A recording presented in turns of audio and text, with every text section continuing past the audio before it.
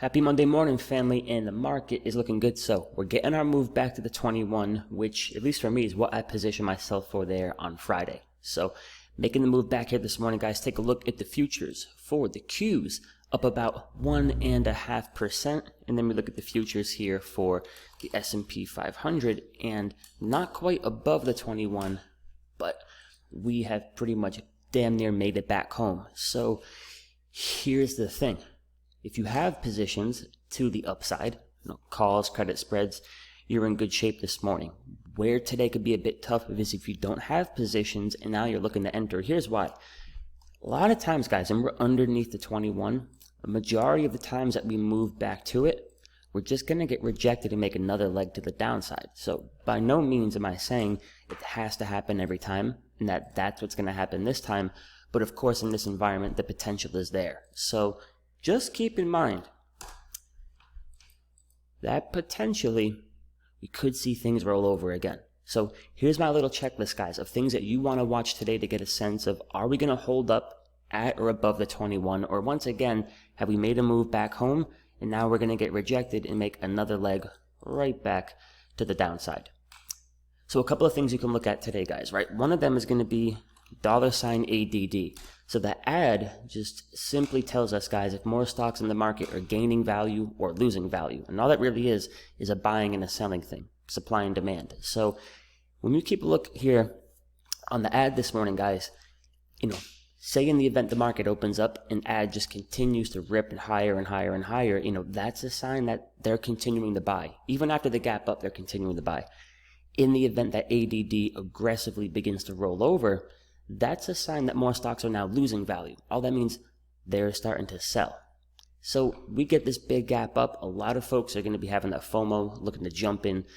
We got to have the confirmation that the buyers are still there before you do that. So keep an eye here, guys, on the ADD. If this is going higher, the big money's still buying. In the event this thing begins to roll over, the big money is starting to sell. The other thing I suggest keeping an eye on is the Volatility Index. In the event today, guys, we open up and then suddenly things get a little bit shaky and you see the Volatility Index begin to aggressively spike, that's usually a good sign that things could be heading back to the downside. And then the last thing I advise today, guys, for those of you on Thinkorswim, you can go to Ad Studies, find the John Carter Studies, and put up the good old TTM Squeeze.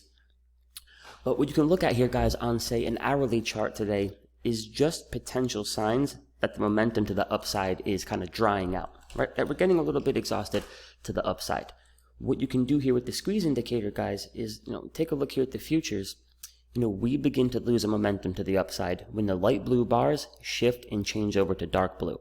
So we can already see here on the hourly chart, though the market and the futures continue to go higher and higher, we are potentially starting to lose a little bit of this momentum. So I like to kind of work from the ground up, 30-minute chart, hourly, 2-hour, 4-hour, trying to get a sense, guys, of, are we still pumping momentum or are things starting to dry up a little bit?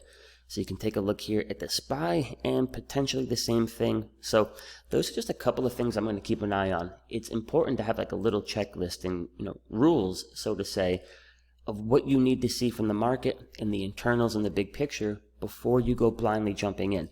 You can't be acting on emotion. If you act on emotion, you're seeing the market up 1.5% this morning. You're seeing Apple, Facebook, Google, you name it, gapping up. You start having a little bit of that FOMO. Right? Now you're just blindly chasing things, you're jumping into calls. You need to be a little bit better than that. I think you guys know that. So that's my little checklist. Does ADD continue to go higher or does it aggressively sell off? Does the Volatility Index leave us alone or begin to spike? And do we begin to see signs that we're losing this momentum to the upside? And most importantly, guys, as we get towards the tail end of the day, be very, very careful about holding long positions if we fail to close above the 21.